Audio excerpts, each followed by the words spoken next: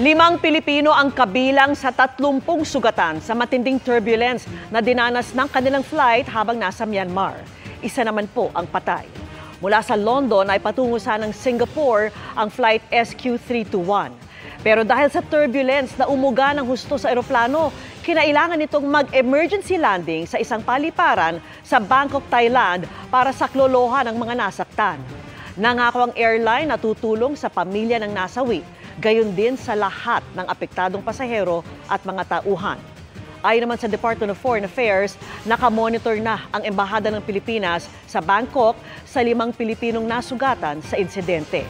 Isa sa kanila ang sensitibo ang lagay matapos magkaroon po ng neck fracture.